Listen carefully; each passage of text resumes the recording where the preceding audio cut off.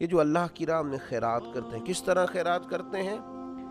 صبح بھی کرتے ہیں، شام بھی کرتے ہیں، اعلانیہ بھی کرتے ہیں، چھپا کر بھی کرتے ہیں، بس کرتے رہتے ہیں اللہ کی بارگاہ میں خیرات۔ اللہ تبارک و تعالیٰ ان لوگوں کے خوف، ان لوگوں کے حزن، ان کے غم، ان کے ڈر نکال دیتا ہے، انہیں ذہنی آسودگی اور قلبی اطمینان حاصل ہوتا ہے۔ اپنی زندگی میں یہ لوگ خوبصورتی کے ساتھ وقت گزارتے ہیں، اطمینان کے ساتھ وقت گزارتے ہیں، انشراح صدر ان لوگوں کو اللہ تعالیٰ عطا کرتا ہے۔ یقیناً اس آیہ کریمہ میں بیان فرمایا کہ اعلانیہ صدقہ کرتا ہے اگر کوئی شخص تو وہ کر سکتا ہے، اور مفسرین نے تصریح فرمائی ہے کہ اگر آپ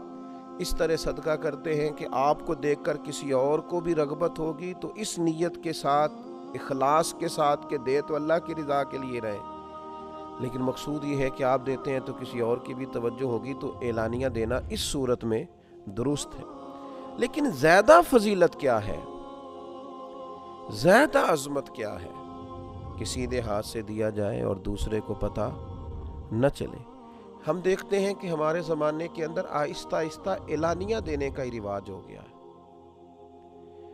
ہمارے زمانے کے اندر دینا اور بتلانا اور اس کا اظہار کرنا اور اس کا ذکر کرنا اور اس کی خبر دینا اور اس کی اطلاع دینا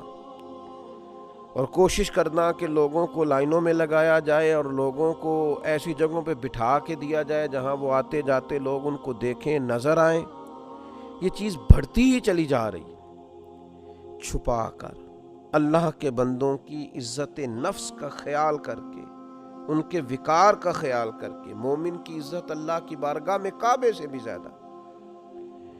اس بات کا لحاظ کر کے کہ اللہ کا بندہ ہے، رسول کریم صلی اللہ تعالی علیہ وسلم کا غلام ہے، پھر خرچ کیا جائے کہ اس شخص کی عزت قائم رہے، اس کا وقار قائم رہے، اس شخص کو کسی قسم کی اپنے اندر کمزوری محسوس نہ ہو، وہ کہیں اپنے آپ کو، اپنی عزت کو گرتا ہوا محسوس نہ کرے، یہ انداز اختیار کیا جائے۔ نبی اکرم صلی اللہ تعالی علیہ وسلم سے حضرت ابو ذر رضی اللہ تعالیٰ عنہ نے پوچھا تھا، مسند امام احمد بن حنبل میں روایت موجود ہے، پوچھا تھا یا رسول اللہ صلی اللہ تعالیٰ علیہ وسلم کون سا صدقہ افضل ہے؟ اللہ کے پیارے حبیب صلی اللہ تعالیٰ علیہ وسلم نے فرمایا وہ جو کسی تنگ دست کو خفیہ طور پہ دیا جائے۔ بندہ تنگ دست ہے، مجبور ہے، ضرورت مند ہے، لیکن اسے چھپا کر دیا جائے تو یہ سب سے افضل صدقہ ہے۔ مسند احمد میں بھی اور طبرانی میں بھی یہ روایت موجود ہے۔ اور دوسرا، حضور علیہ الصلوۃ والسلام نے فرمایا ایک شخص زیادہ مالدار نہیں ہے، خون پسینے کی محنت کر کے کمائی کر کے لاتا ہے اور اس میں سے بھی وہ کچھ نہ کچھ اللہ کی راہ میں صدقہ کرتا ہے تو یہ سب سے افضل صدقہ ہے، یہ بھی سب سے افضل صدقہ ہے اگر وہ کسی کو دیتا ہے، لیکن خفیہ طور پر تھوڑا سا چھپا کر، لوگوں کی عزت کا خیال کر کے،